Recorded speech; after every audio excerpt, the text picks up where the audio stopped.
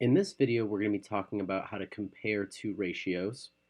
And so we are comparing two baseball outfielders who are trying to catch fly balls. And in our first part, we have Tom, who has caught 5 fly balls and has dropped 7. And we also have Jerry, who has caught 3 but has dropped 5. And we're trying to figure out who is the better outfielder. Now, there are two ways, or actually, there are more than two ways that we can compare these ratios. I'm going to be showing you two different ways in this video. To compare these two baseball players. And the first is we can convert this piece of data into percentages. So I want to find the percent of fly balls that are caught by Tom first. So what I'll need to do is compare his catches to every opportunity that he's had to make a catch. So I know that he's caught 5 and he's dropped 7. So I'm going to write this as a fraction. I know that he's caught 5, so this is for Tom, and he's dropped 7. And if I add these together, he's at a total of 12 opportunities to make a catch. Now, Jerry, on the other hand, has made 3 catches. So now we're comparing Jerry. He's had an opportunity to make 3 catches, and he's dropped 5 for a total of 8 opportunities to make a catch. Now, what I'm going to do is I'm going to turn these two fractions into percentages so I can use that percentage to compare those two players. And obviously, the player with the higher percentage is the better baseball player. So first, I'm going to divide 5 divided by 12, because that's my fraction right here, my ratio. And I get that this is about 41, maybe 42%. So I'm going to rewrite this as a decimal, 0.416 repeating. If I turn this into a fraction, or I'm sorry, if I turn this into a percentage, he makes about 41.6% of his catches, which isn't too bad. Now Jerry, on the other hand, we have to compare his catches. He makes 3 out of 8 catches for a decimal of 0.375. Now to convert this into a percentage, I need to move my decimal place 2 places over. So I see that Jerry makes 37.5% of his catches. So right off the bat, I know that Tom is the better catcher because he has a higher catching percentage. Now, I can compare these two ratios using fractions. I can also compare them using equivalent ratios. So a lot of people have been wondering, well, how do I know who's better? Tom's had more opportunities to catch than Jerry.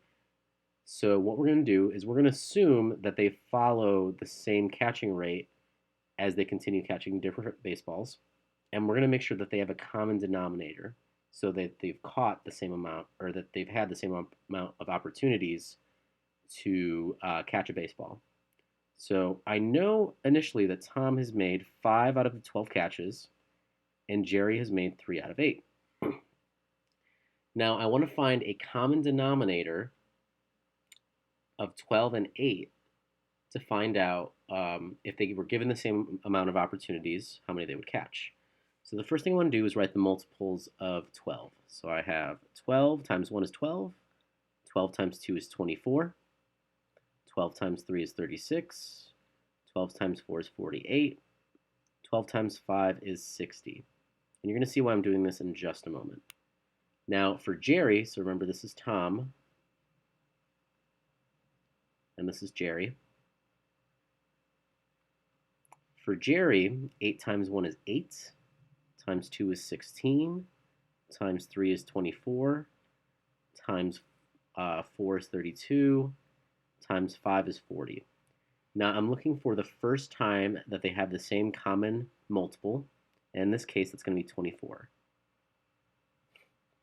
Now, in order to find how many balls they would each catch if they each had 24 opportunities, I need to scale up this fraction by a factor of 2.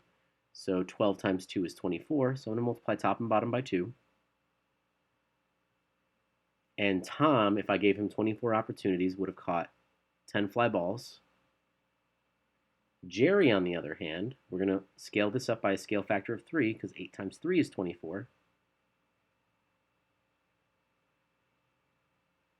Jerry, on the other hand, would have only caught 9 out of 24.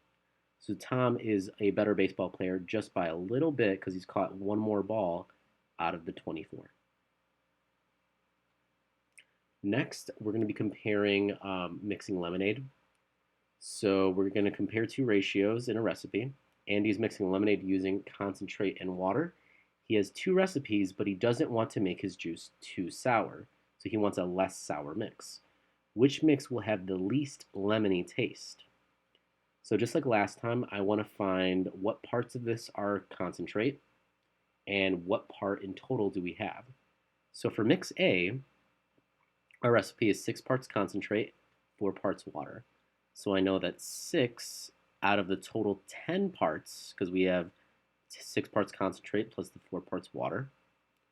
We also have mix B that's comparing the 2 parts of concentrate together with the 5 parts of water. I'm sorry, not the 5 parts of water, but the 5 in total, because we have 2 parts of concentrate, 3 parts of water. So I want to compare these two mixes to one another, and remember, I want to find the least orangey mix. So I can always turn these into percentages.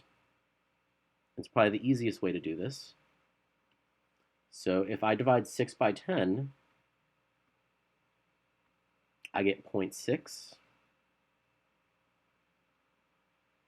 And if I turn this into a percentage, I have to move my decimal over twice. That gives me 60%. For mix B, I'll do the same. I have 2 over 5. That gives me 4/10.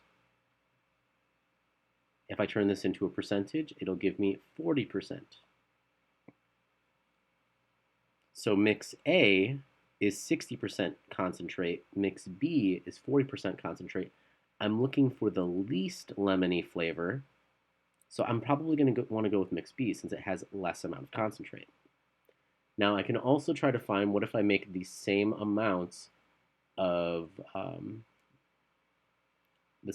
lemonade in 2 different pitchers. How much will that be? So remember, mix A is 6/10 concentrate, and mix B is 2/5 concentrate. I want to make sure that they have the same common denominator. So I'm going to do the multiples of my first fraction. That's 10, 20, 30, 40, 50. I'm just going to do the first 5.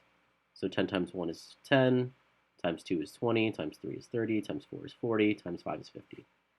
And then for mix B, 5 times 1 is 5, times 2 is 10, times 3 is 15, times 4 is 20, times 5 is 25. All right. And I see that their least common denominator is 10. So I have 6/10. So I really don't have to change anything. I can multiply it by 1, but I'll still get 6/10. And I'm going to compare that to a mix B. I need to make sure that my denominator is also 10, so I'm going to multiply it by 2. And I'm going to see that I have 4/10 of this mix being concentrated juice. Again, this is the least lemony, so I'm going to want to stick with mix B.